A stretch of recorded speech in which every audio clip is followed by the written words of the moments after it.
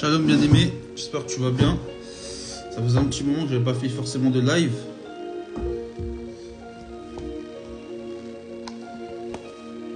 J'espère que tu vas bien mon frère.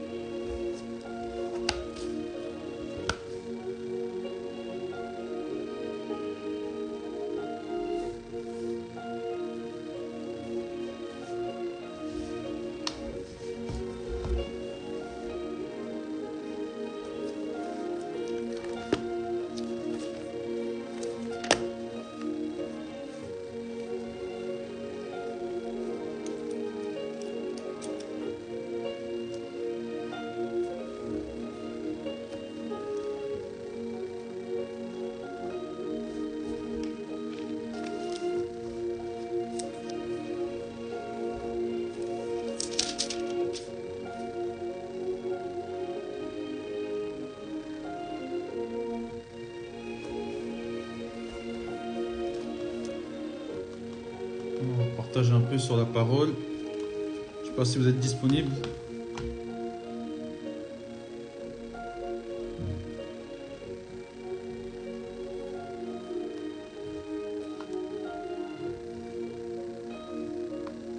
On attend encore un peu.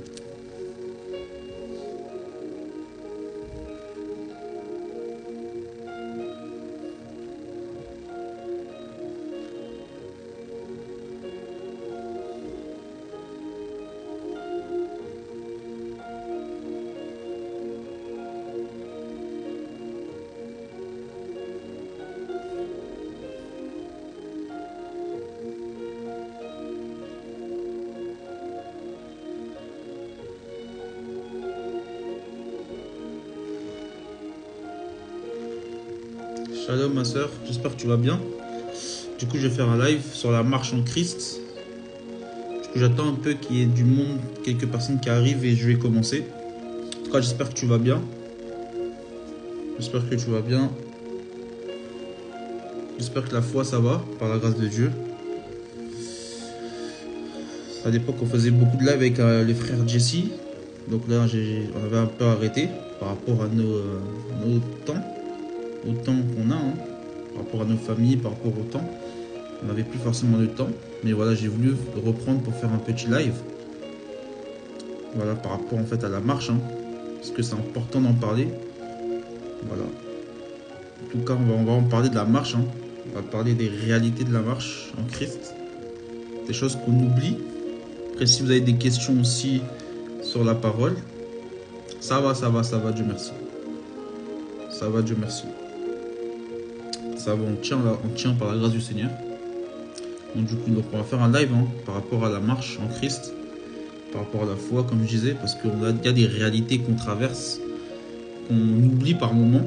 On pense que tout est facile en Christ, que la vie en Christ, elle coule de source, mais c'est un long fleuve tranquille, voilà. Mais on va un peu parler de la parole. Là. Oh, salut Kevin, c'est comment? Salut frère. On va parler un peu de la parole.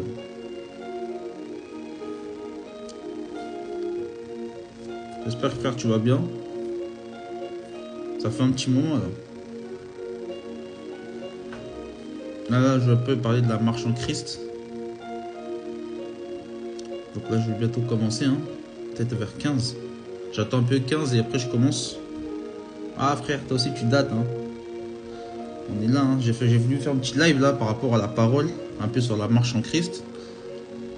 Du coup, donc voilà, comme ça faisait un petit moment que j'avais pas fait de live là sur cette chaîne. Amen, sois béni également mon frère. Comme ça faisait un petit moment que j'ai pas fait de live sur ça. Donc voilà, on va un peu parler de la marche, hein, les réalités de la marche. Voilà, hein, par rapport à la vie en Christ. Donc il est important d'avoir voilà notre marche, hein, simplement. Après, s'il y a des frères et des sœurs qui ont des questions, si même frère tu veux intervenir, n'hésite pas. Hein. Si tu veux passer, tu veux participer. Oh, salut frère, c'est comment? J'espère que tu vas bien. Ça fait un petit moment. Hein. J'espère que tu vas bien mon frère. Ça fait un moment. Zulu MMA. Sois béni, frère. Voilà, je reprends pas forcément les lives parce que dans ma vie, j'ai des impératifs. Hein. Comme je suis un père de famille, je suis marié. Du coup, donc, je n'ai pas forcément le temps de faire beaucoup de lives. Comme vous voyez, on poste des posts, etc. Mais on met des posts, mais on ne fait pas forcément des lives parce qu'on n'a pas forcément le temps. Le temps nous manque. Mais en tout cas, bon, on pense aux frères et aux sœurs. Hein. À l'époque, on faisait des vidéos avec les frères Jesse. Voilà, c'est comme ça que pour certains, vous nous avez connus. Mais en tout cas, bon, on est là. Hein. Oui, ça va et toi? Ça va par la grâce de Dieu. Moi, je vais commencer à 15 à peu près. Je vais commencer à 15. J'attends qu'il y ait quelques personnes. Après, je commencerai. Je commencerai vers 15. Ça va. J'espère que la foi, ça va pour toi. Depuis, comment ça se passe? Est-ce que tu as une assemblée, du coup? Comme ça faisait un petit moment que je t'avais pas eu.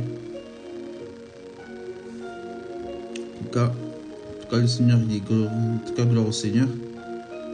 J'espère en tout cas vous allez bien, les frères et sœurs. Que dans vos vies, ça se passe. Le boulot, ça se passe. Que même vos familles vont bien. En tout cas, c'est un plaisir hein, de vous revoir un peu.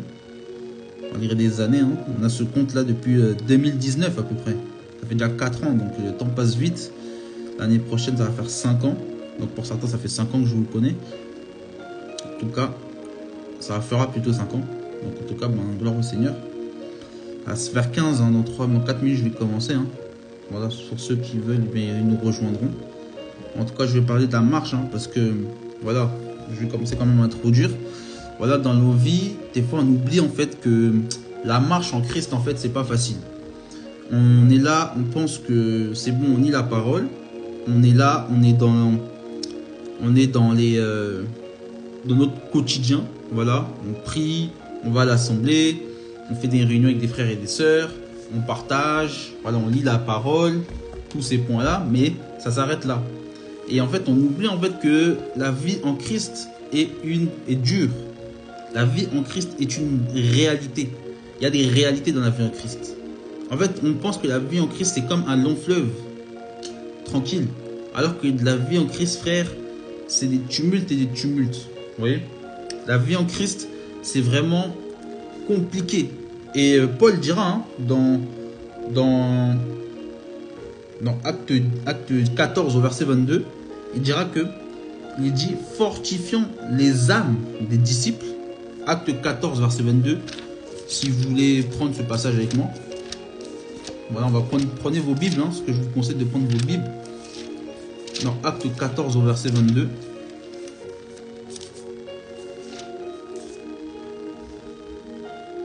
Acte 14 au verset 22. Je vais prendre le passage. On nous dit fortifiant les âmes des disciples, les exhortant à persévérer dans la foi et les avertissant que c'est par beaucoup d'afflictions ou de persécutions, de tribulations sur les versions qu'il nous faut entrer dans le royaume de Dieu. Vous voyez? On nous dit que c'est par beaucoup de tribulations ou d'afflictions que nous rentrerons dans le royaume de Dieu. Excusez-moi, je réponds juste à une sœur. Je reprends.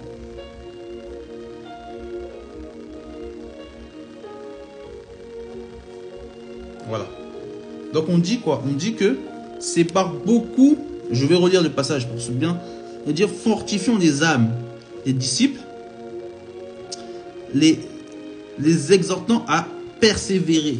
Vous voyez? Voilà pourquoi la parole nous dit les exhortant à persévérer. Frères et sœurs, la persévérance est très important.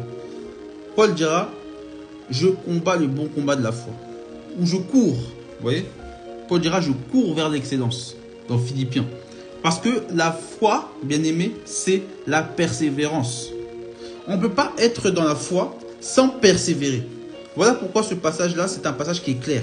Il dira, les exhortant à persévérer quoi? Dans la foi. Vous voyez? Il dira à persévérer dans la foi. Il dira, les avertissant que c'est par beaucoup d'afflictions. Paul va avertir les bien-aimés à Icône. Voilà, vous voyez? à Iconium que, et à Lystre, etc., pardon, les bien-aimés d'Antioche et d'Icône, Paul va les prévenir que c'est par beaucoup de tribulations qu'on va rentrer dans le royaume des cieux. Et je ne parle pas de grandes tribulations ou autres, non, je parle par des afflictions, par des persécutions, par des épreuves. Mais Paul dira, les avertissant de persévérer dans la foi. Vous voyez? Et on va regarder ce que Jude va dire dans Jude 1. Dans Jude chapitre 1 verset 3, Jude va dire ceci aux disciples. Il dira, bien-aimés, jugez de toute diligence pour vous écrire de notre salut commun. Où il dira, je me sentais obligé selon les versions. Shalom bien-aimé. Il dira quoi? Il dira, je jusais de toute diligence pour vous écrire où je désirais ardemment. J'ai la version d'Arby, donc c'est une version un peu littérale. Pour vous écrire de notre salut, notre commun salut, je me suis trouvé dans la nécessité de vous écrire afin de vous exhorter à combattre pour la foi qui a été donnée, qui a été une fois enseignée aux saints, car certains hommes sont glissés, etc.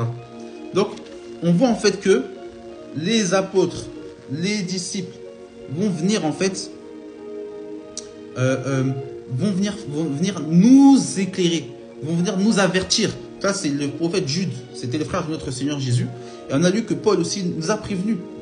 Paul dira qu'il faut persévérer dans la foi, bien-aimés. Persévérer dans la foi. Jude dira que je vous écris afin de vous avertir. Les apôtres ne nous ont pas laissés sans avertissement. Nos aînés dans la foi ne nous ont pas laissés comme ça. Vous voyez? Voilà pourquoi on dit que la foi est un combat. Paul dira, je combats le bon combat. Voilà. Paul dira, dans 2 Timothée 4,7, on va prendre le passage. 2 Timothée 4,7. Vous savez, quand on fait les lives, on ne les prépare pas, hein, bien aimé. Hein.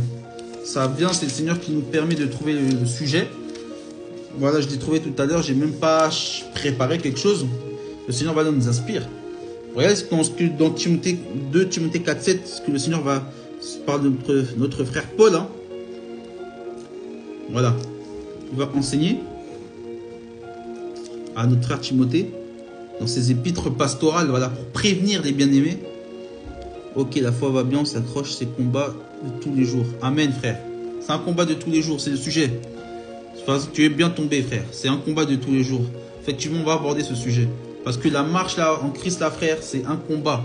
C'est pas facile. Et en fait, des fois, on nous fait croire que la vie en Christ, c'est un long fleuve tranquille. Voilà. On nous fait croire que c'est tellement simple, que ça coule de source, alors que c'est pas comme ça. La vie en Christ, c'est un combat constant. Un combat contre le diable et les démons. Un combat contre le monde pour pas être attiré par le monde, mais c'est un combat contre nous-mêmes. Parce que on ne veut pas être en dehors du Seigneur. On ne veut pas être disqualifié. Voilà. Donc c'est un combat contre nous-mêmes. Voilà pourquoi la marche là, le bon combat, c'est la marche. Regardez ce que Paul dira au verset 7, dans 2 Timothée 4, verset 7. Il dira, j'ai combattu le bon combat. J'ai achevé la course, j'ai gardé la foi. Paul savait qu'il allait mourir. Donc, il avait fait un épître à Timothée. Voilà, ces derniers mois à Timothée, afin de le prévenir. Quand il allait rentrer dans la charge d'ancien à Éphèse. Voilà, de le prévenir, de lui donner des conseils par rapport en fait à la gestion de la foi, à la gestion de l'assemblée, à comment une assemblée doit être tenue. Voilà, c'est pour ça qu'on appelle ces épîtres les épîtres pastorales. Et on va voir qu'il dira, j'ai combattu le bon combat, j'ai achevé la course, j'ai gardé la foi. Voilà le constat que Paul a fait. J'ai combattu le bon combat. J'ai achevé la course. Vous voyez, il va dire qu'il a achevé la course. Et il dira, désormais, mais réservez la couronne de justice que le Seigneur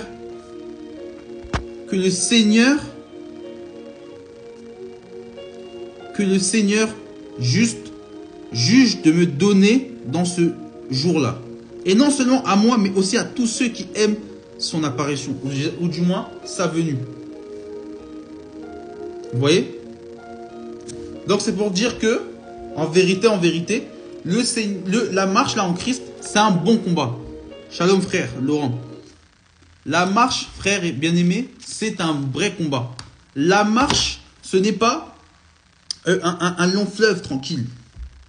Un combat de tous les jours. La marche, c'est un combat de tous les jours. La marche, c'est quelque chose de quotidien. La marche, c'est une vie, frères et sœurs. C'est pour ça que quand les gens pensent qu'en tant que chrétien, on est là, on prie seulement, on va qu'à l'église, on est tous les jours voilà, dans les choses spirituelles. Non, il y a des réalités. Vous savez, il y a une réalité qu'on oublie souvent. C'est quoi? La chair et le corps. La chair et l'esprit. Vous savez, en tant que chrétien, en tant qu'être humain, avant tout, on est composé de 3 parties. Selon 1 Thessaloniciens chapitre 5 au verset 23, de corps, âme et esprit. Mais au-dedans de nous, lorsque nous nous convertissons, le Seigneur vient, par le Saint-Esprit, lors de notre nouvelle naissance, déposer son esprit en nous. Il vient renouveler notre esprit. Vous voyez? Et notre esprit, l'esprit là du Seigneur qui repose en nous, et renouvelle notre esprit, ce qui fait que il y a l'esprit du Seigneur qui repose en nous, mais il y a aussi l'esprit qu'on avait d'Adam. Vous voyez? Même si ça change, mais il y a encore ce corps aussi de chair. Et dans ce corps de chair, il y a encore les choses du péché. Quand on lit par exemple Romains 7, Paul dira que en lui, il y a une loi qui l'empêche de faire ce qu'il veut. Il y a la loi du péché et de la mort. Dans Paul, il y a cette notion d'une double loi. Selon, il disait en fait dans Romains 7, on pourra le lire si vous le souhaitez, mais je vous le cite. Vous pourrez lire tout le chapitre si vous voulez. Il dira en fait dans Romains 7 qu'il y a une loi au-dedans de lui qui l'empêche de faire ce qu'il veut. Que dans son intérieur, en fait, il y a cette loi qui l'empêche de faire la volonté de Dieu. Qui le pousse à faire le mal. Vous voyez? C'est ce qui est dans ses membres. Et quand on regarde en fait qu'il y a toujours ce qui nous pousse. Il y a des choses qui nous poussent à faire le mal plutôt que faire le bien. Vous voyez? Et en fait, en vérité, c'est la chair, c'est la loi du péché et de la mort qui est en nous. Alors que nous avons reçu le Saint-Esprit qui est en nous, mais il y a quand même cette loi, cette réalité de la chair qui va nous faire agir, qui va nous faire mal agir. Vous voyez? Alors que le Seigneur nous dira dans Matthieu 26, priez, veillez et priez, car la chair est faible. Vous voyez? Parce qu'il y a cette notion de chair. On oublie en fait qu'il y a cette opposition entre la chair et l'esprit. Et regardez, dans Romains chapitre 8, il dira, car la loi de l'esprit de vie dans le Christ Jésus m'a affranchi de la loi du péché et de la mort. Car ce qui est impossible à la loi est ce qui est faible par la chair. Dieu ayant envoyé son propre Fils en ressemblance de chair de péché, pour le péché, a condamné le péché dans la chair, afin que la juste exigence de la loi fût accomplie en nous, qui ne marchons pas selon la chair, mais selon l'esprit. Vous voyez? Et il dira, car ceux qui sont selon la chair ont leur pensée aux choses de la chair, mais ceux qui sont selon l'esprit, aux choses de l'esprit. Car la pensée de la chair est la mort, mais la pensée de l'esprit, vie et paix. Bien aimé, la chair et l'esprit ne peuvent pas demeurer ensemble. Pour l'instant, c'est soit on marche par l'esprit, soit on marche par la chair. Par exemple, quelqu'un va marcher sur ma chaussure, ma paire de chaussures, je vais l'insulter, je suis dans la chair. Il y a un frère qui m'a mal parlé, je vais vouloir le frapper, je suis dans la chair. J'ai une mauvaise pensée, je suis dans la chair. Maintenant, il faut qu'on comprenne qu'on ne peut pas ne pas être charnel. On peut demeurer dans l'esprit, mais on ne peut pas être tout le temps dans l'esprit. Je m'explique. Parce que nous sommes dans un corps de chair. La Bible dit que c'est quand on va monter au ciel que nous aurons le corps de gloire. Selon 1 Corinthiens chapitre 15 au verset 52 à 53. On aura le corps de gloire. Mais pour l'instant, nous sommes dans ce corps de chair. Donc étant dans ce corps de chair, nous pourrons passer par des moments où nous serons charnels. Parce qu'en tant qu'être humain, nous ne serons pas toujours par l'esprit. Salut frère, j'espère que tu vas bien. J'espère que tu vas bien frère Curtis. Voilà. Donc en fait, il y a des moments où nous ne serons pas forcément selon l'esprit. Il y a des moments ou ne seront pas forcément selon la... En fait, ça va toujours être de la chair, en fait. Il y a des moments où on va être charnel. Parce que nous sommes êtres humains. Nous sommes des êtres humains. Mais le but, c'est de vivre par l'esprit. Parce que la parole nous dit bien que ce qui est esprit est vie et paix. Mais ce qui est charnel est mort. C'est-à-dire que quelqu'un qui vit par la chair va manifester des œuvres de la chair. Et on va le lire par la suite. Je continue au verset 6. Il dira car la pensée de la chair est la mort, et la pensée d'esprit est vie et paix. Parce que la pensée de la chair est inimitié contre Dieu, car elle ne se soumet pas à la loi de Dieu, car aussi elle ne peut pas. Et ceux qui sont dans la chair ne peuvent plaire à Dieu. Vous voyez? C'est-à-dire que quand on est dans la chair, on ne peut pas plaire à Dieu. Parce que la chair, frères et sœurs, elle fait tout ce qui est contraire à la parole de Dieu. Regardez Romains 8, on va prendre juste Galates. Je ne sais pas si vous arrivez à me suivre. Je ne sais pas si vous arrivez à me suivre. Mais il est important en fait de connaître ces réalités en tant que frères et sœurs. Parce que le problème, c'est que ces réalités-là ne sont pas prêchées dans nos assemblées. Ces réalités-là ne sont pas connues de beaucoup de frères et sœurs. Et quand on n'est pas conscient de ça, bah, on va répéter les mêmes erreurs. Vous voyez? On va répéter les mêmes erreurs que les Israélites dans le désert. Parce que les Israélites dans le désert étaient charnels. C'est pour ça qu'ils ont voulu faire tomber Moïse en mettant Dathan, Abiram et Dathan. C'est pour ça qu'ils ont voulu se marier avec des filles des autres nations. Parce qu'ils n'étaient pas conscients que le Seigneur leur avait donné une loi afin d'être spirituels et de marcher par l'esprit. Mais comme ils étaient charnels par rapport à la loi, donc ils ont accompli des œuvres charnelles. Et la Bible nous dit dans Romains 10 que ce sont des exemples qui nous servent de... Ce sont des choses qui leur sont arrivées afin que ça nous serve d'exemple, nous qui sommes arrivés au temps de la fin. Vous voyez? Donc ces choses qui sont arrivées dans le désert doivent nous enseigner à nous dans notre marche que nous ne devons pas manifester les mêmes erreurs. Bien aimés. Voilà pourquoi il est important de connaître ces notions de chair, ces notions d'esprit, parce que la marche en Christ, c'est pas facile. Et si on n'est pas conscient de notre identité, ou de nos points de faiblesse, ou de nos points forts, bah, on va toujours tomber. Il y a des gens, ils pourront se reconnaître, pourquoi ils tombent toujours dans le même péché. À votre avis? Il y a des gens qui vont dire, oh peut-être il n'y a pas eu la nouvelle naissance, il n'y a pas eu la conversion, il y a des liens peut-être qui n'ont pas été brisés, alors que quand une personne se convertit, les liens sont brisés automatiquement. On n'est pas dans ces choses-là, oh, briser les liens, ça c'est charnel, ça c'est l'enfance. Mais nous sommes en fait, voilà. Donc comment vous pouvez expliquer cela? Pourquoi les gens ne sont pas encore victorieux dans le péché? Mais bien aimé, parce qu'encore il y a cette notion de chair. Quand on n'est pas conscient de ça, vous savez, c'est comme un enfant. C'est comme un enfant. La Bible dit que, aussi longtemps que l'enfant, dans Galates 5, Galates 4 si je ne me trompe pas, aussi longtemps que l'enfant est esclave, il est aussi esclave du péché. Mais si tu es esclave, c'est-à-dire qu'il demeure enfant. Plutôt, aussi longtemps qu'il est esclave, il demeure enfant. Mais un enfant, dans la parole, c'est aussi le terme de népios. Et le terme de népios dans le grec, ça symbolise aussi le fait d'être ignorant, de ne pas connaître la chose. Donc si je renie, si je ne connais pas ces réalités qui sont liées en fait à l'esprit, à l'âme, à la chair, bah, je ne peux pas marcher convenablement. Et quand je vais tomber ou je vais pécher, je vais accuser Satan. Alors que c'est moi-même mon propre ennemi. Satan est notre ennemi, le monde est notre ennemi, mais la chair est mon ennemi. Et voilà pourquoi je dis qu'il faut que Paul nous a averti de persévérer dans la foi, afin de ne pas être en dehors. Beaucoup, Paul dira à Timothée, beaucoup ont fait naufrage quant à la foi. Beaucoup se sont noyés. Mais pourquoi ils se sont noyés? Parce que certains n'étaient peut-être pas convertis, ou peut-être beaucoup étaient ignorants sur certaines réalités que l'on traverse. Vous savez, je ne vais pas faire forcément 1 heure de live. Je fais peut-être 30-40 minutes. Mais voilà, c'était juste pour expliquer un peu par rapport à la marche, certaines réalités par rapport à la marche. Parce que des fois, on n'est pas conscient de ces réalités. Et quand on peut devenir conscient, mais des fois, il peut être trop tard.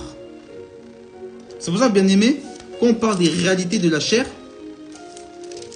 quand je prends Galates 5 au verset 16, à partir du verset 16, il dira, mais je dis marchez par l'esprit et vous n'accomplirez pas la convoitise de la chair, ou dans la version seconde, les œuvres de la chair. Moi, je prends la version Darby. Donc voilà. Il dira, vous n'accomplirez pas les œuvres, les convoitises de les convoitises de la chair, mais car la chair convoite contre l'esprit. Ou, selon les versions, car les œuvres de la chair sont opposées à ceux de l'esprit.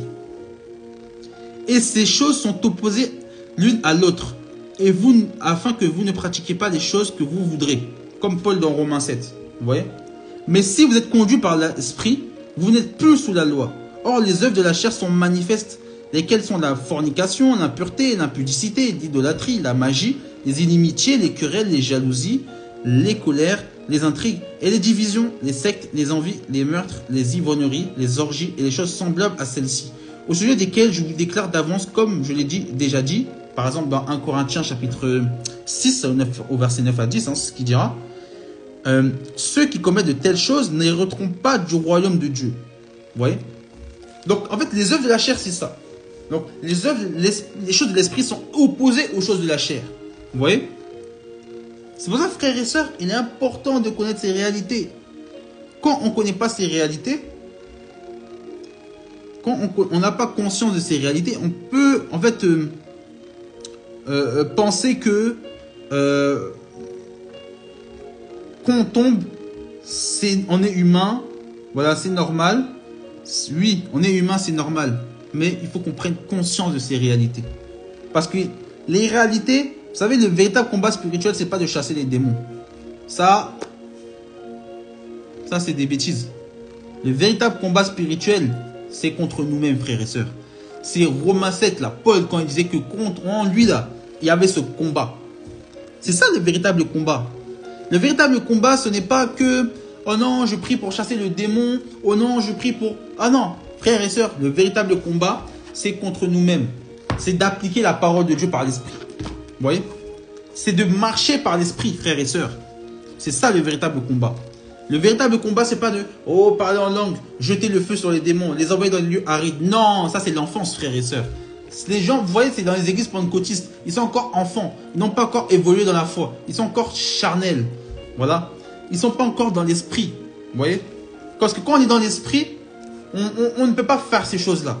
Voilà pourquoi je disais encore une fois que comme il est dit dans Romains 8, on revient dans Romains 8, il dira, or vous n'êtes pas dans la chair mais dans l'esprit au verset 9, si du moins l'esprit de Dieu habite en vous. Il dira si du moins. Donc c'est-à-dire que vous n'êtes pas, selon la parole, nous ne sommes pas dans la chair, si du moins l'esprit de Dieu habite en nous. Parce que si nous avons l'esprit, nous devons être dans l'esprit. Vous voyez? Mais comme je dis, en tant qu'être humain, il est possible que nous soyons charnels. Parce que nous ne pouvons pas être tout le temps dans l'esprit.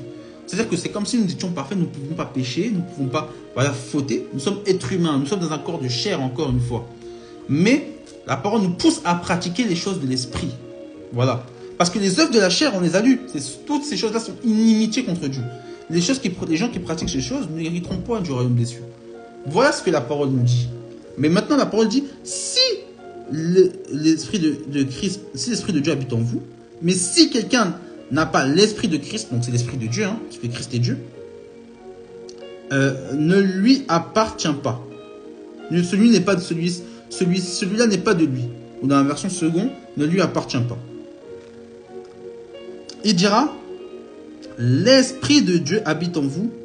Il dira, mais si Christ est en vous, le corps est bien mort à cause du péché, mais l'esprit est en vie à cause de la justice. Et l'esprit de celui qui a ressuscité d'entre les morts habite en vous. Celui qui a ressuscité le Christ entre les morts vivra vos corps mortels aussi à cause de son esprit qui habite en vous. Et regardez un truc intéressant, c'est qu'au verset 1, on dirait qu'il n'y a point de condamnation pour ceux qui sont en Christ, dans le Christ Jésus. Mais ça, c'est dans la version, voilà, toutes les versions liées au texte en fait minoritaires, comme les seconds, etc., Darby, etc. Mais dans la version Osterwald, Martin ou Bim, on dira qu'il n'y a plus de condamnation pour ceux qui sont en Jésus-Christ, mais pour ceux qui marchent selon l'esprit et non selon la chair. Vous voyez? Donc c'est pour dire que si on marche selon l'esprit, il n'y a plus de condamnation. Mais quand on marche par la chair, il y a la condamnation. Vous voyez? Donc il y a cette réalité qu'il faut qu'on comprenne qu'on est dans un corps de chair et que des fois on peut faire des choses qui ne sont pas poussées par le diable ou par des démons. Parce qu'un chrétien ne peut pas être possédé. Ça je le dis à titre à titre personnel, hein, c'est à titre biblique, vous pouvez vérifier, à bon entendeur. Vous pouvez aller vérifier, vous pouvez même, on avait fait un live à l'époque avec le frère Jesse, peut-être sur ma page Instagram ou la page Instagram du frère. Mais c'est pour dire que voilà, on avait fait un live sur ce sujet-là, par rapport en fait à la marche, à la possession. Mais bon, je ferme la parenthèse. Donc voilà, il n'y a plus de condamnation pour ceux qui ne marchent pas par la chair. Parce que celui qui marche par la chair accomplit des choses qui sont contraires en fait à ceux de l'esprit, donc qui sont charnelles. Parce que les choses de l'esprit, c'est quoi? C'est le fruit de l'esprit. C'est la foi, la longanimité, la bénignité, la bonté, la patience, la fidélité, etc. C'est ça le fruit de l'esprit, avec toutes ces variétés. Et c'est ça qu'un chrétien mature doit pousser. Et un chrétien, dans sa marche, il est poussé à grandir. Regardez encore une fois, là j'ai parlé des réalités de la chair et de l'esprit, mais pensant à ces choses, que c'est des choses qui sont terribles, qu'on doit prendre conscience qu'on n'est pas toujours poussé par Satan. Regardez dans 1 Corinthiens, chapitre 3.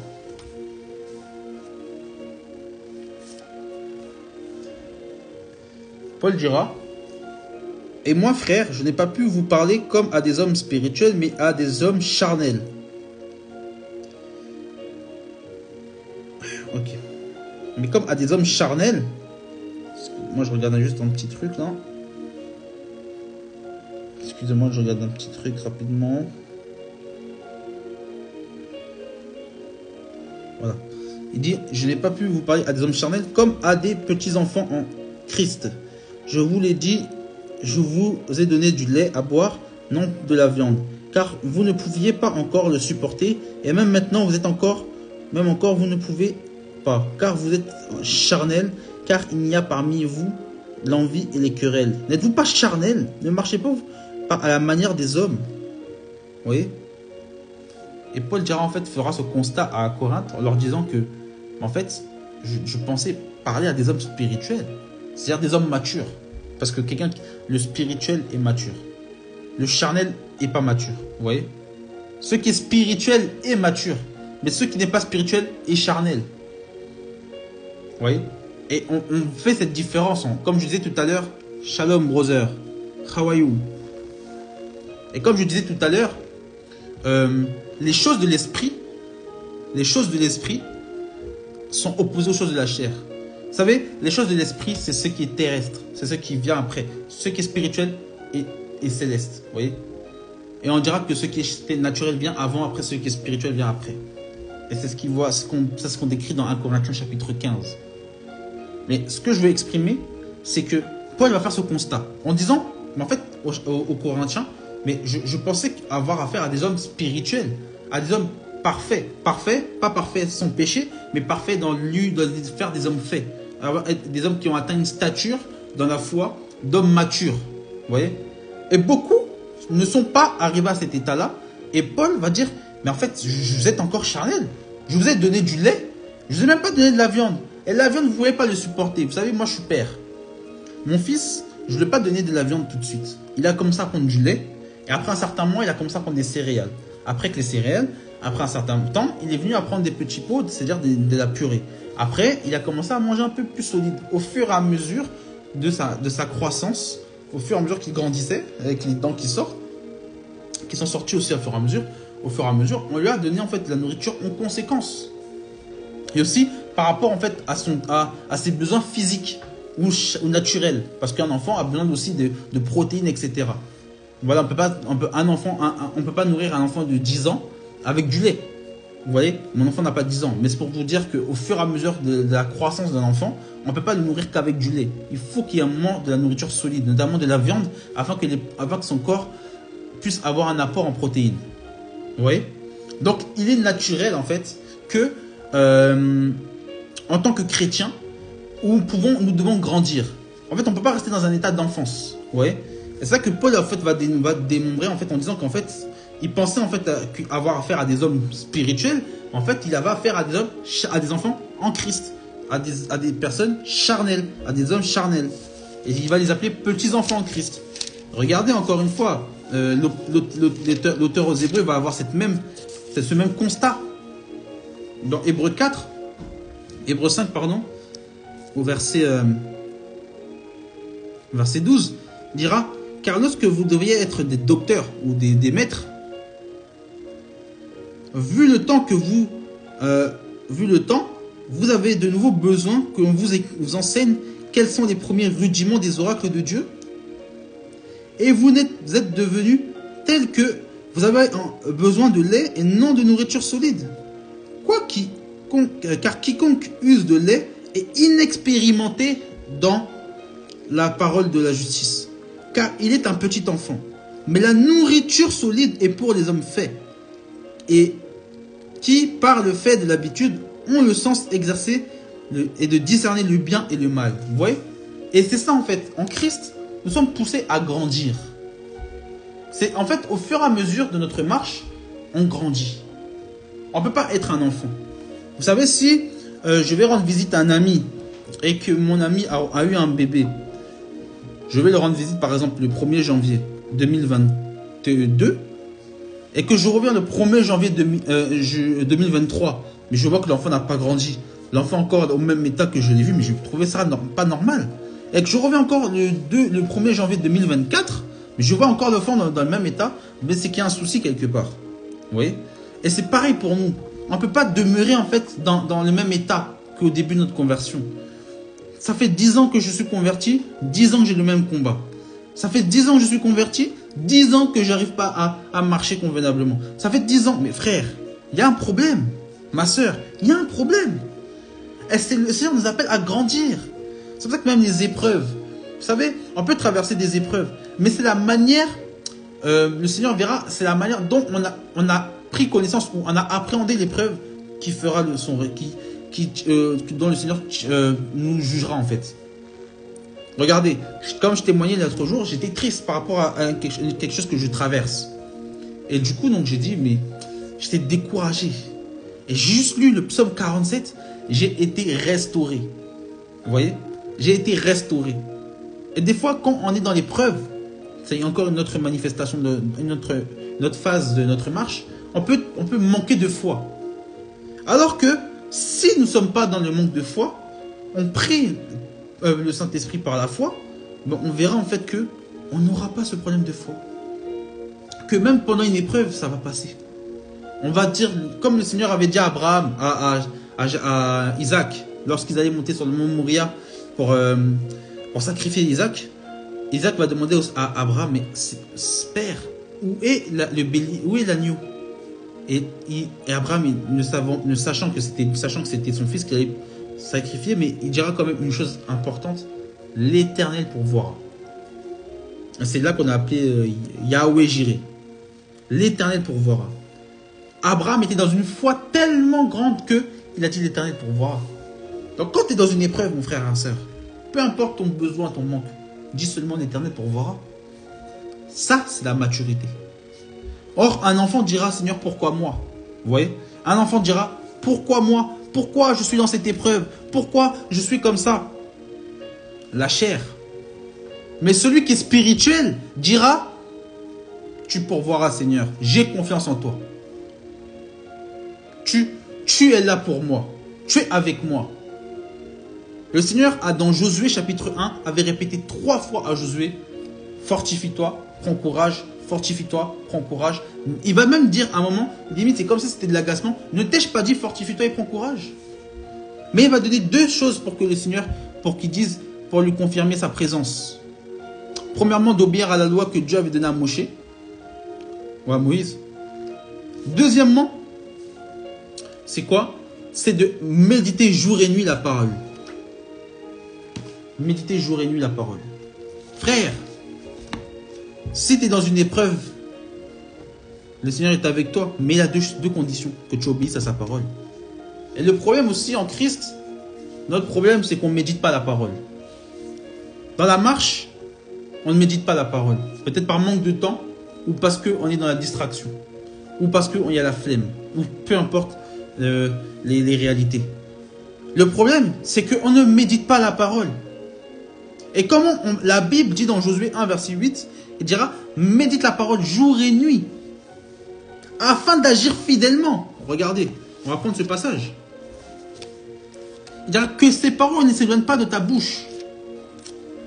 Ça doit être dans ta bouche, mon frère, ma soeur. Regardez. Il dira que ce livre de la loi ne s'éloigne pas de ta bouche. C'est-à-dire qu'il doit être présent. Ta parole doit refléter la parole, doit refléter la loi, doit refléter la Torah, doit refléter les Écritures. Ta parole, ça doit être assaisonné de sel, comme Paul dira dans Colossiens. Vous voyez? Jacques dira qu'il ne peut pas sortir du sel, de l'eau douce, dans une même source et de l'eau salée. Non, bien-aimé. Dans une même source, il faut qu'il n'y ait que de l'eau douce. Il faut qu'il n'y ait que des choses qui sortent de la parole. Des paroles sages, des paroles poussées par l'esprit. Vous voyez? Et c'est ça la parole. Parce que je ne peux pas marcher par l'esprit. Je ne peux pas agir par l'esprit si je ne médite pas la parole. Je ne peux pas agir fidèlement dans ma marche si je ne médite pas la parole. C'est ça que Josué, notre frère Josué, sous l'inspiration du Seigneur, dira que ce livre ne s'éloigne pas de ta bouche. Médite-le jour et nuit, afin que tu prennes garde à faire selon tout ce qui est écrit. Ou dans la version seconde, afin d'agir fidèlement. Mais ici, j'aime bien la version Darby, parce que j'ai pas pris forcément la version Shoraki qui est trop littérale. Il faut un peu connaître un peu les notions d'hébreu, etc. Mais dans la version Osterwald, c'est comment ça s'appelle, Darby, qui est un peu la version après la version Shoraki, qui est un peu la plus littérale. Du moins dans nos versions occidentales, c'est la version littérale en France. Hein. C'est la version Darby. Après, ça rentrera dans la version Shoraki. Mais bon, on n'avait pas le sujet. Un jour, on pourra parler si ça vous intéresse des traductions. Mais il dira que, il a dit, afin que tu prennes garde à faire selon tout ce qui est écrit. De prendre garde. Oui. Il dit de prendre garde. Et même au verset 7, il va dire seulement fortifie-toi et sois ferme. Et il dira pour prendre garde à faire selon tout ce que la loi, selon ce que toute la loi que mon serviteur t'a prescrit, t'a commandé, ne t'écarte ni à droite ni à gauche, afin que tu prospères dans ce que tu agiras. Et dans le verset 7, dans le verset 8, il dira afin que tu prennes garde à faire tout ce qui est écrit, car tu feras réussir tes voies. Et alors tu prospéreras. Oui. Et il dira au verset 8, ne t'ai-je pas recommandé, fortifie-toi et sois ferme. Ne te laisse point terrifier et tu ne sois point effrayé. Car l'Éternel ton Dieu est avec toi partout où tu iras. Dieu avait dit à Josué, partout où il irait, il sera avec lui. Vous voyez? Donc c'est pour dire en vérité, frères et sœurs, qu'on manque de méditation. Et c'est cette méditation qui nous fera aussi, par l'œuvre de l'Esprit, agir fidèlement par rapport à la parole. Et là, le Seigneur sera avec nous. Donc, peu importe ce qu'on traversera dans notre marche. Paul dira que notre marche, c'est un combat. C'est aussi une course. Un combat, c'est tu te bats. Donc, il y a un combat, il y a un adversaire. Et comme je disais tout à l'heure, l'adversaire principal, c'est Satan, mais c'est aussi nous-mêmes. Mais aussi, c'est une course. Et dans une course, on peut trébucher, on peut déambuler, on peut se blesser, mais il faut se relever. C'est la manière de se relever et la manière de recontinuer à courir qui nous fera,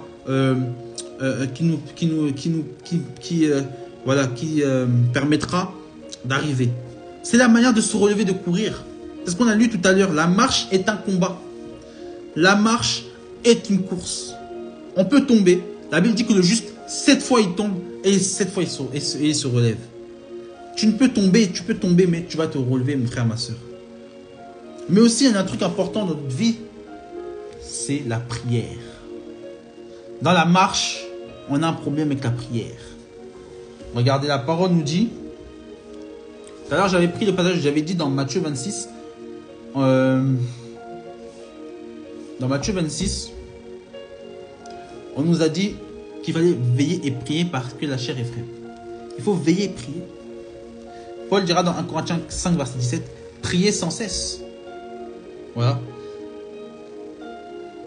Dans Luc 18, verset 1, Jésus dira, il leur adressa une parabole pour montrer qu'il faut toujours prier et ne point se relâcher. Oui. lui donna cette parabole, une parabole pour prier et ne point se relâcher. La prière, c'est très important. Il faut avoir une vie de prière. Dans notre marche, il est important et nécessaire d'avoir une vie de prière. Quand on n'a pas de vie de prière, c'est très compliqué. Néhémie avait intercédé pour Israël. Esdras avait intercédé aussi. Eux, ils avaient intercédé. Parce qu'ils connaissaient les réalités.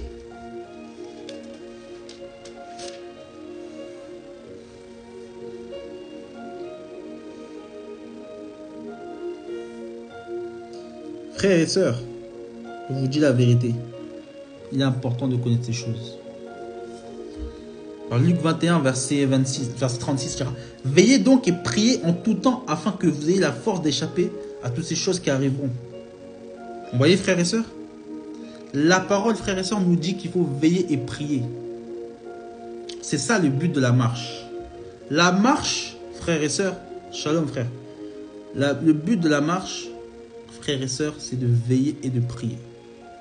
On ne peut pas demeurer dans un état où notre marche, elle est passive.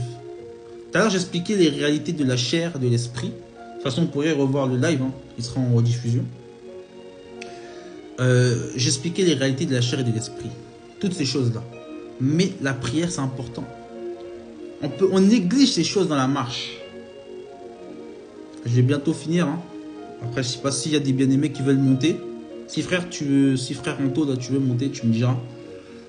Pour partager un peu. Mais en tout cas, voilà, dans la marche, il y a des réalités. Il y a des choses qu'on oublie. La prière, c'est très important. Le Seigneur dira dans Luc 18 au verset 1. Il leur adressa une parabole pour montrer qu'il faut toujours prier, ne point se relâcher. Paul dira dans 1 Thessaloniciens chapitre 5 verset 17, priez sans cesse. Le Seigneur dira dans Matthieu 26 que qu'il faut prier, veiller, prier afin de ne pas tomber dans la chair. Oui. Paul dans Éphésiens 6 verset 18 dira: faites tout par prière et par supplication. Il faut comprendre ces choses, bien aimés. Notre marche, c'est un combat. Et un combat, frères et sœurs, c'est quelque chose. Il y a un adversaire. Un combat, il y a un adversaire. Je disais encore une fois tout à l'heure que l'adversaire, c'est notre chair, mais c'est aussi nous-mêmes. Vous voyez? C'est nous-mêmes. Notre combat, c'est nous-mêmes. C'est contre nous-mêmes. Paul dira qu'il avait un combat contre lui-même dans Romains 7. Mais aussi ce combat spirituel contre les démons. Il y a un combat. La foi, c'est un combat. Paul dira, comme je disais tout à l'heure dans 2 Timothée 4, au verset 7, que c'est un combat. Il a achevé le bon combat de la foi. Vous voyez? Et il a achevé la course. Il parle de combat et de course. Frères et sœurs, il faut continuer, il faut courir. Il ne faut pas se relâcher. Vous voyez? Et Pierre dira dans 1 Pierre 4, verset 7, que la fin de toute chose est proche. Soyez donc sages, sobres, pour vaquer à la prière. Prenons conscience de ces réalités. Il y a aussi une autre chose intéressante, c'est le jeûne.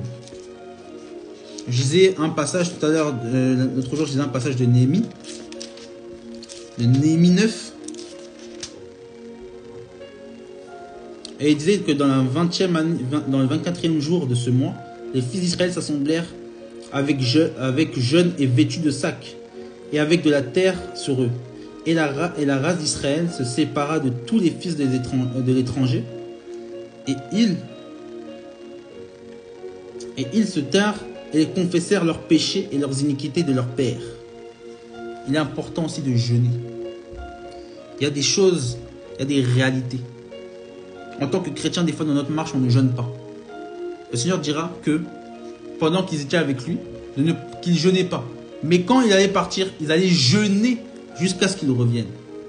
Frères et sœurs, le jeûne là, c'est important aussi. La marche là, bien aimé, il y a déjà des réalités. Il y a des choses que l'on peut traverser. Vous voyez? Et quand on regarde la parole, dans la Torah, dans le Tanakh, dans l'Ancienne Alliance, il y a beaucoup d'exemples, vous voyez, qui nous permettent d'avoir une marche stable. Mais le problème, c'est que si on est dans le constat que Paul a fait dans 1 Corinthiens chapitre 3, où il faut se faire ce constat sur soi-même. Prenons la parole, regardons par rapport à la parole. La parole est un miroir. Vous savez, la loi, la Torah, la loi, les commandements étaient un miroir. Paul dira que par la loi, dans Romains 7, c'est par la loi qu'il a connu le péché. Vous voyez? Quand on regarde dans l'Ancienne Alliance, dans le Jardin d'Éden, Adam, c'est par la loi qu'il a connu le péché. Pourquoi? Parce que Dieu lui a dit de ne pas manger de l'arbre du fruit, du bien et du mal. Si Dieu n'avait pas dit ceci, est-ce qu'il savait qu'il y aurait un commandement pour ne pas faire ceci? Non, parce que Dieu a donné le commandement, Dieu a donné une loi qu'il fallait qu'il respecte, parce que s'il devait, il devait abroger ou ne pas respecter la loi, c'est-à-dire qu'il allait y avoir une conséquence qui est le péché. C'est ce que la Bible dira dans 1 Jean 3, que la loi c'est la désobéissance, le péché c'est la désobéissance de la loi. Vous voyez? Donc si Dieu avait donné ce commandement à Adam, c'est parce qu'il a présenté la loi. Donc si c'est par la loi que je connais qu'il ne faut pas faire les choses. Vous voyez? Si on ne m'apprend pas, on ne me dit pas que voler ce n'est pas bien, donc je ne suis pas conscient que ce n'est pas bien. Mais lorsque je vais voler, je vais prendre quelque chose qui n'est pas à moi, c'est là que je comprends et je suis conscient que j'ai péché, ou j'ai désobéi. Vous voyez? Donc, pour dire encore une fois que ces choses-là nous enseignent. Et il faut qu'on comprenne que si on ne prend pas garde dans notre marche, on peut être disqualifié. Vous voyez? Et la disqualification, c'est très dangereux. Ne soyons pas disqualifiés. Il y a beaucoup qui ont fait naufrage par rapport à la foi. Vous voyez? Attendez.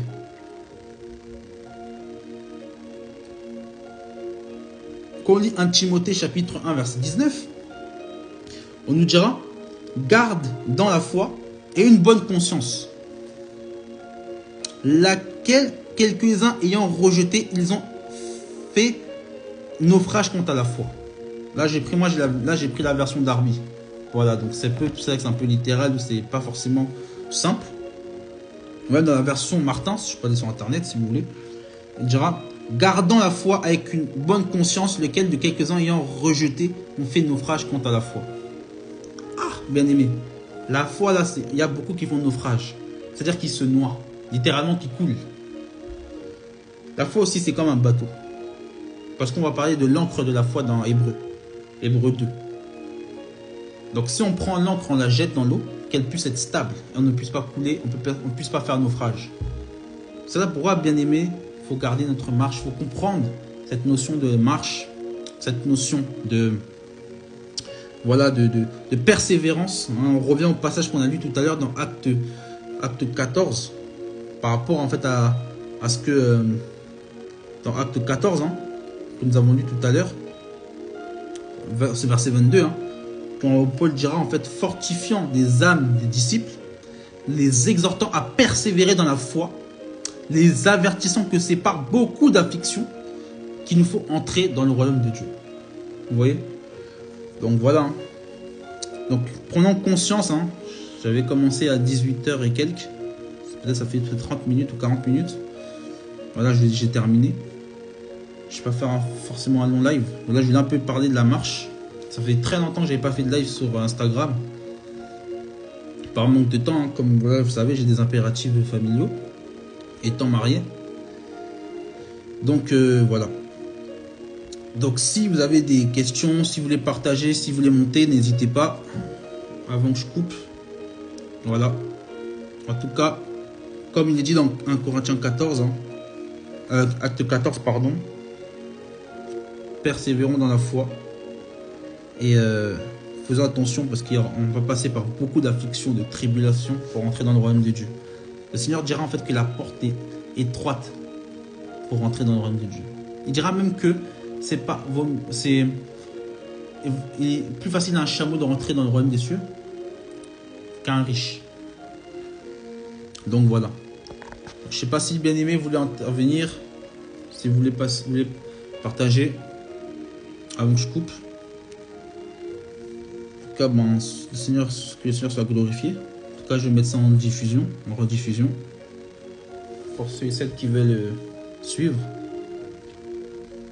En tout cas, le Seigneur il est grand. Le Seigneur a de bonnes choses. Je pense qu'il y a un vrai travail, un vrai travail dans nos âmes, parce que des fois on veut travailler dans les âmes des autres, on veut dénoncer, on veut faire ceci, faire cela, alors qu'on oublie en fait que Il y a un vrai travail dans nos âmes, dans nos vies. Avant de vouloir partager, enseigner les autres, il faut qu'on fasse un vrai constat, un vrai travail dans nos vies. Voilà, un vrai regard. Ça, tout à l'heure, je parlais de la parole. La parole est un miroir. Regardons-nous en fait par rapport à la parole pour savoir dans quelle position nous sommes. Si nous sommes en fait des hommes charnels ou des hommes spirituels, ou si nous, voilà, parce que les hommes charnels, c'est des enfants, hein, ce sont des népios, des népios qui sont des ignorants sur la parole. Donc voilà, comme vous savez, nous disons que le Seigneur revient bientôt et le Seigneur viendra chercher une église qui sera sans tache, sans ride, sans défaut. Voilà. Donc c'est pour ça qu'il est impératif de mettre sa vie en ordre et surtout de pouvoir, voilà, avoir une marche qui est, comment dire, une marche qui est droite, une marche qui est, voilà, une marche qui est stable. Parce que si notre marche est instable, nous ne pourrons pas avancer. Voilà, donc j'ai voulu un peu parler de ce sujet. Après, si vous avez des questions par rapport à l'esprit, parce qu'il y avait une sœur qui avait posé la question tout à l'heure, d'avoir son intimité avec le Saint-Esprit. Donc j'ai un peu parlé de ça, hein. Un peu parlé de l'intimité avec le Seigneur, dans notre marche. Parce qu'il est important en fait de comprendre ces réalités. Voilà pourquoi je disais que si on veut avoir une vraie relation avec le Seigneur, c'est d'avoir l'esprit, de l'appartenir et de marcher par l'esprit. Et c'est là qu'on pourra développer notre relation avec le Seigneur. Bon, je ne sais pas si les bien-aimés voulaient intervenir ou pas. Je ne sais pas si vous voulez intervenir. Là, ça va faire presque 1 heure de live. Je ne fais pas forcément des grands lives. S'il y a un frère qui veut intervenir ou pas, ou même une sœur qui veut donner un témoignage. Là, j'aimerais savoir qui est là encore dans la vidéo. Je vois il y a 2 personnes. Si les bien-aimés vous suivez, faites-moi un signe. Je ne sais pas si vous avez des questions. En tout cas, bon, ça fait très longtemps que je n'ai pas fait de live. Hein. Je crois que la dernière fois que j'ai fait un live sur Instagram, je crois que ça remonte à peut-être il y a 2 ans, peut-être. Si je ne me trompe pas, c'était il y a 2 ans. 2 ans. Vous savez, pour ceux qui savent, hein, pour ceux qui sont là, peut-être il y a des personnes qui étaient là, qui suivent là, peut-être une des 2 personnes, je ne sais pas. Mais on faisait des lives en 2020 avec un frère. Avec un grand frère à moi. Voilà, hein, le frère Jesse, comme vous savez. On faisait des lives à l'époque. Hein. Voilà, ça nous a permis de connaître des bien-aimés. Même jusqu'à aller au baptême. Voilà, où même des bien-aimés sont venus se rassembler avec nous. Amen, ma soeur Mia. Sois bénie, sois bénie. Sois bénie, ma soeur. Voilà, hein, c'est comme on disait, hein, à l'époque, on faisait des lives. On faisait un vrai travail avec les bien-aimés. On a fait un travail sur Instagram. Hein, il y a des bien-aimés qui étaient venus. Il y a des bien-aimés qui venaient, en fait, hein, qui étaient venus, en fait, avec nous, hein, qui sont venus même se rassembler avec nous. Il y a d'autres bien-aimés qui sont venus même se faire baptiser. Il y avait une sœur même avec les lives d'Instagram qu'on faisait à l'époque, une sœur qui était venue de Toulouse pour se faire baptiser, en fait. Hein. Donc c'est pour dire à quel point, voilà,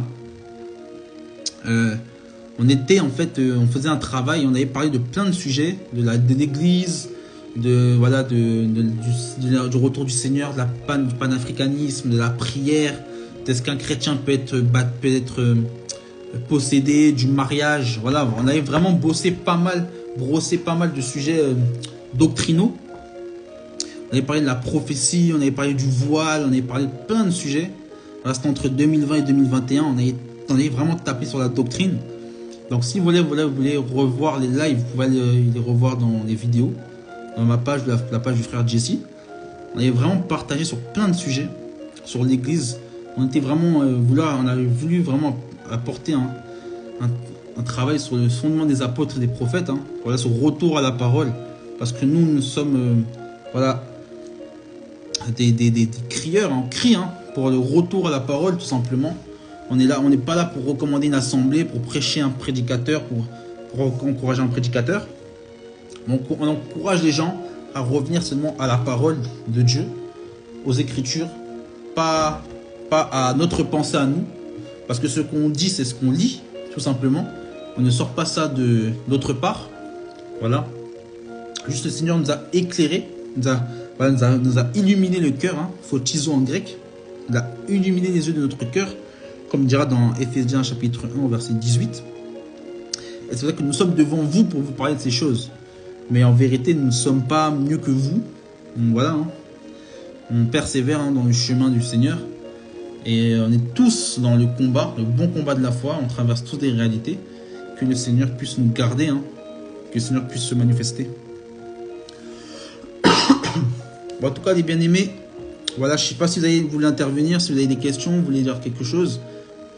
En tout cas, ben, je vais bientôt couper. Je ne sais pas si vous avez quelque chose à dire. En tout cas, je vais couper dans 2 minutes, 3 minutes si personne ne réagit. Je ne sais pas c'est qui regarde.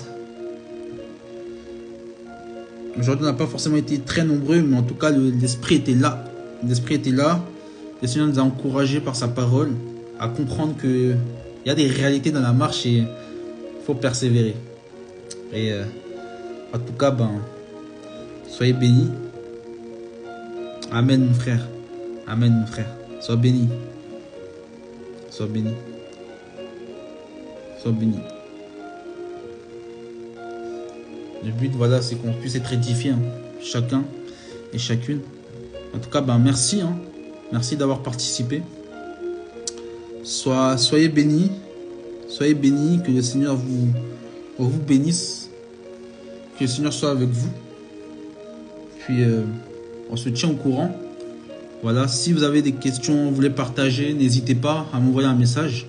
Et dès que je serai disponible, ben, on pourra partager. En tout cas, ben, soyez bénis, que le Seigneur soit avec vous.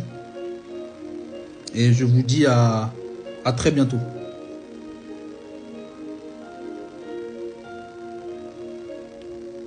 Que le Seigneur vous accompagne. Je pense que voilà, s'il n'y a personne qui a rien à dire, ben, j'ai coupé. Je sais pas si le frère Anto il est là. Tout à l'heure il voulait intervenir. Ok mon frère. Bonne soirée mon frère. Bonne soirée. Bon. Bon, je pense que le frère n'est pas là. Ok. Bon, soyez bénis. Shalom, shalom.